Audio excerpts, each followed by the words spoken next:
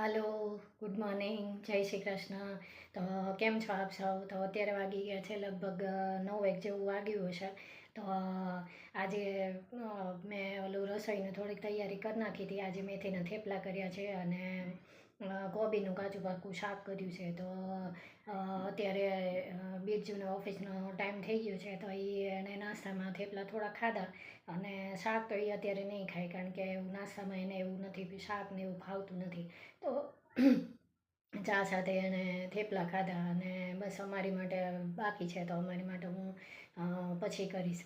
તો બસ બહાર તે બધું મેં સાફ કરી નાખ્યું છે અને કપડાંને ફોલ્ડ કરવાનું હતું, એ બધું ફોલ્ડ થઈ ગયા છે. અને આજે કે કાલે સવારે અમારે કદાચ જવાનું છે બહારગામ, એટલે થોડાક આમ કપડાં જે લઈ જવા જેવા ને એવું ઓલું હતું, એ બધા મેં ફોલ્ડ કરીને અલગ રાખ્યા છે અને બાકીના બધા મૂકી દીધા છે અંદર.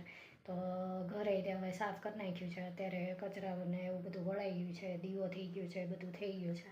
તો આજે હું તમને છે ને એક ટિંડોરાના અથાણાની રેસીપી આપવાની છું. તો આના પહેલાં એક મેં ટિંડોરાના અથાણાની રેસીપી આપી છે, એ જૈન હતી, એટલે એમાં છે ને ગાર્લિક ને એવું કંઈ હતું નહીં. અને આજે જે રેસીપી આપવાની છે ને એ ગાર્લિકવાળી છે. તો આની પહેલાંની જે રેસીપી હતી ને એ પણ તમે સર્ચ કરશો ને તો તમને યુટ્યુબમાં મળી જશે લગભગ. અને એ રેસીપીમાં પણ મારે બહુ સરસ વ્યૂ આવે હતા. પહેલી વાર જ મેં બનાવ્યું હતું, પણ એ પણ બધાને બહુ ગમી હતી. એટલે જોજો જરૂર. અને જો એની લિંક મળી જશે તો હું ડિસ્ક્રિપ્શનમાં મૂકી દઈશ. અને આજે હું બનાવું છું ને એ ગાર્લિકવાળું અથાણું બનાવું છું. તો એના માટે શું શું કરીશ એ તમને આગળ બતાવું.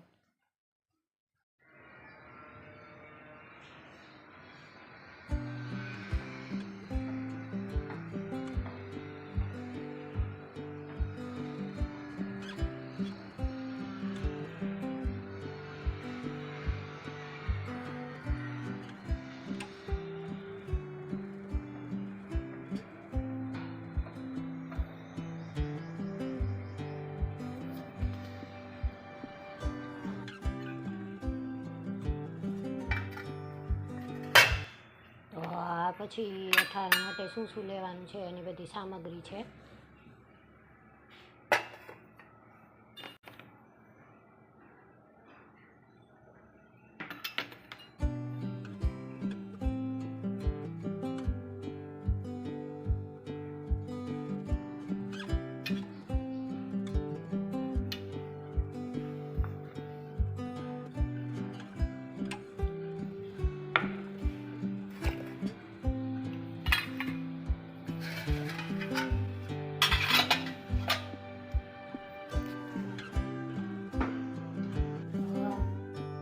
અથાણું બનાવવા માટે જે વસ્તુ જોવે એ બધી મેં તમને બતાડી અત્યારે.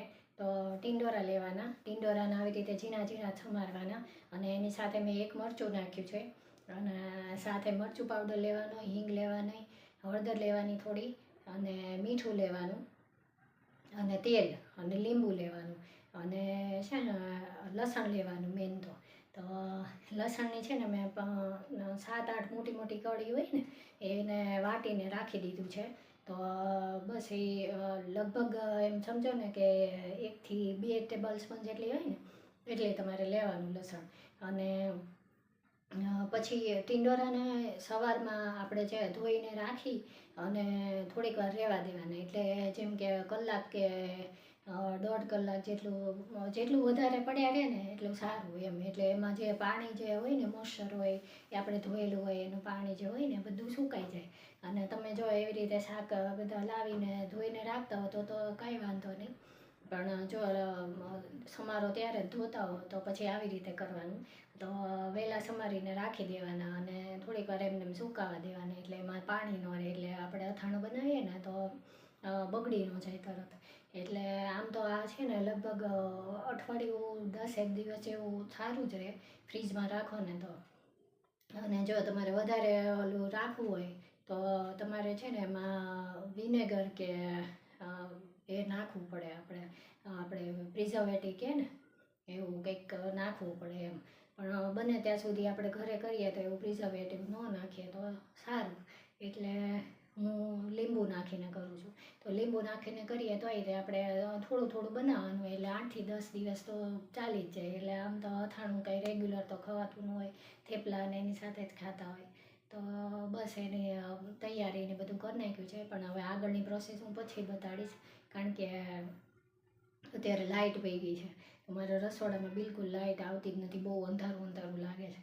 તો હવે લાઇટ આવી જાય ને પછી હું તમને આગળનું બધું બતાડું. તો આવી ગઈ છે હવે લાઇટ, એટલે હું કરી નાખું, તમને બતાડું. તો લસણ આટલું લીધું છે મેં, એટલે તમે જે રીતે ખાતા હોય એ રીતે વધારે ખાતા હોય તો વધારે નાખી શકાય, સરસ લાગે છે એવું કંઈ નથી. અને શરૂ કરીએ હવે.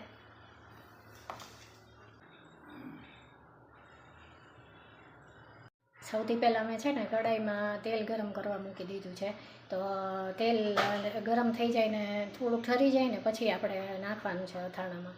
એટલે પહેલાં તેલ મૂકી દીધું. હવે આગળનું બતાડું તમને. તો એક આ મરચું લીધું છે, આ મોળું, અને ટીંડોરા લઈ લીધા છે. તો એમાં આપણે હળદર નાખવાની થોડીક, પહેલાં એકદમ આટલી જ નાખવાની, થોડીક જ. અને મીઠું નાખી દેવાનું.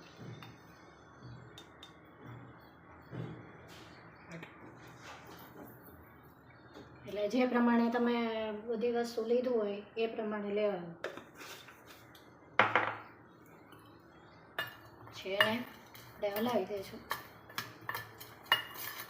અને એક થોડીક હિંગ નાખીશ. એટલે તમે ન નાખતા હોય તો ન નાખાય, પણ અમને અથાણામાં હિંગ બહુ ભાવે છે એટલે અમે નાખીએ છીએ. થોડીક એવી નાખવાની. બસ આને મિક્સ કરી અને હવે આ લસણ છે ને એ હું આમાં નાખી દઈશ.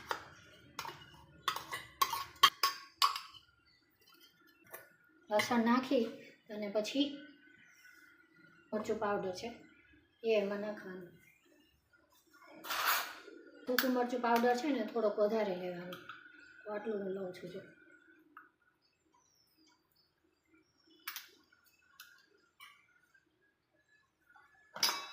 અને 1 ચમચી જેટલું ધાણા જીરું.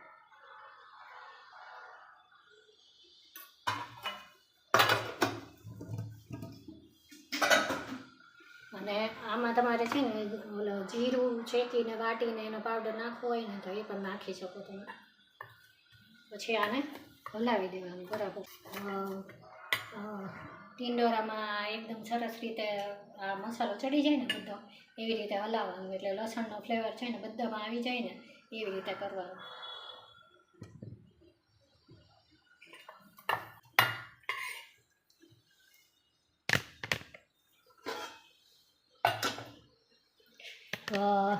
બસ હવે મેં છે ને આને મસાલો કરીને મૂકી દીધું છે. તો તેલ હજી હમણાં નથી નાખવાનું, તેલને લીંબુ હમણાં નહીં નાખવાનું, કારણ કે તેલ હજી ગરમ છે. કારણ કે ટીંડોરાનું અથાણું કરવાનું છે ને આપણે, તો ટીંડોરામાં આપણે તેલ ગરમ ગરમ નાખી દઈએ ને તો ટીંડોરા કડક થઈ જાય, ચવડ થઈ જાય.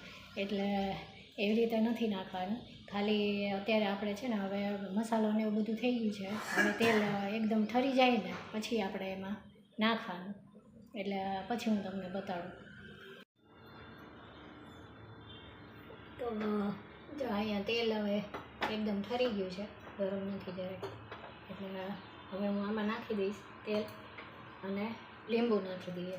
તો આમાં છે ને એક વાત ખાસ ધ્યાન રાખવાની કે તે તેલ નાખીએ ને એટલે એને ઉપર તરત જ લીંબુ નાખી દેવાનું અને પછી ઢાંકી દેવાનું. એટલે છે ને આ તો ટીંડોરાનું અથાણું છે, પણ એવી રીતે તમે કોઈ પણ અથાણું કરો ને, કે જેમ કે આપણે ઓલા ફ્લાવરના ઓલા ગંઠોડાનું અથાણું કરીએ, પછી કાચી કેરીનું નાની નાની ખાખરીનું અથાણું કરીએ, એવું કોઈ પણ ઇન્સ્ટન્ટ અથાણું આપણે કરવું હોય તો તમે આવી રીતે કરો ને. તેલ એકદમ ગરમ કરી અને પછી ઠારી દેવાનું, પછી તેલ નાખીને તરત લીંબુ નાખી દેવાનું. તો એકદમ સોફ્ટ અથાણું બને છે. અને છે ને કેરી કે કોઈ પણ શાકભાજીનું કરીએ ને તો એ આમ ચવડ નથી થઈ જતા. તો બસ જો હવે આ તેલ ઓલું થઈ ગયું છે. લીંબુ પહેલાં આમાં લઈ લો.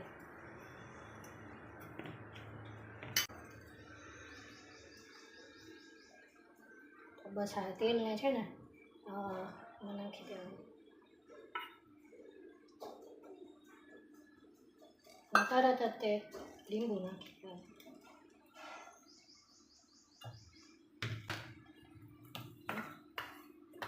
હલાવીને બસ.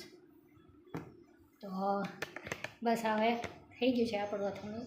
તો હવે એને આપણે છે ને થોડીક અડધી પોણી કલાક એમને રહેવા દેવાનું. પછી ખાવા માટે એકદમ રેડી છે. પછી બીજું કાંઈ નથી કરવાનું. એટલે આવી રીતે આમાં મેં છે સિંગતેલ લીધું છે, પણ તમે બીજું કોઈ ખાતા હોય તો આમ બને ત્યાં સુધી જ અથાણામાં સિંગતેલ છે, તલનું તેલ છે, અથવા તો સરસોનું તેલ નાખીએ ને તો એનો ટેસ્ટ વધારે સરસ લાગે છે. પણ જો તમે ન ખાતા હો તો બીજું પણ નાખી શકો. તમને જે ફાવે એ તેલ નાખી શકો. તો બસ હવે આ વેજીટેબલનું પણ કોઈ પણનું બનાવી શકો છો. જેમ કે ફ્લાવરના ગંઠોડાનું, એને ફ્લાવરનું એવી રીતે કરી શકાય. પછી ઇન્સ્ટન્ટ મરચાંનું ખાલી એવી રીતે અથાણું કરી શકાય. પછી ચણાનું ને એવી રીતે ચણાનું પણ આવી રીતે કરી શકાય. તો ટ્રાય કરજો અને પછી મને કહેજો કે કેવું બન્યું છે.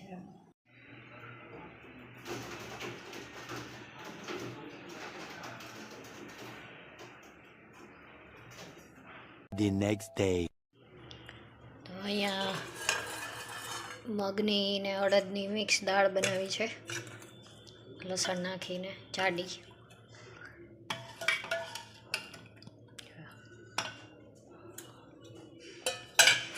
અને એની સાથે બનાવ્યું છે ટીંડોરા બટેટાનું શાક.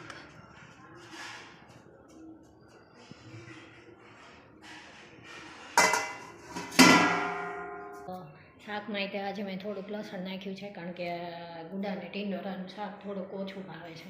એટલે મેં કીધું થોડુંક આજે સ્પાઇસી ને એવું કરું ને તો ખાઈ લે એમ. એટલે આમ તો દાળ છે એટલે વાંધો ન આવે, દાળ એને બહુ ભાવે એટલે, પણ તોય તે થોડુંક શાક ખાય એમ. પછી આ સાંજનો સમય છે અને સાંજે એટલી સરસ સંધ્યા ખીલી હતી ને એટલે મને એમ થયું થોડુંક શૂટ કરું. તો આવી સંધ્યાના રંગોની જેમ તમારું જીવન પણ રંગોથી ભરાયેલું રહે એવી આશા સાથે આજનો બ્લોગ પૂરો કરું છું. હવે મળશું મંગળવારે. Thank you. જય શ્રી કૃષ્ણ. અને ગમે તો એક લાઇક આપી દેજો અને મારી ચેનલને સબસ્ક્રાઈબ કરજો. અને રેસીપી જોવાનું ભૂલતા નહીં અને મારી વિડીયો જોવાનું ભૂલતા નહીં.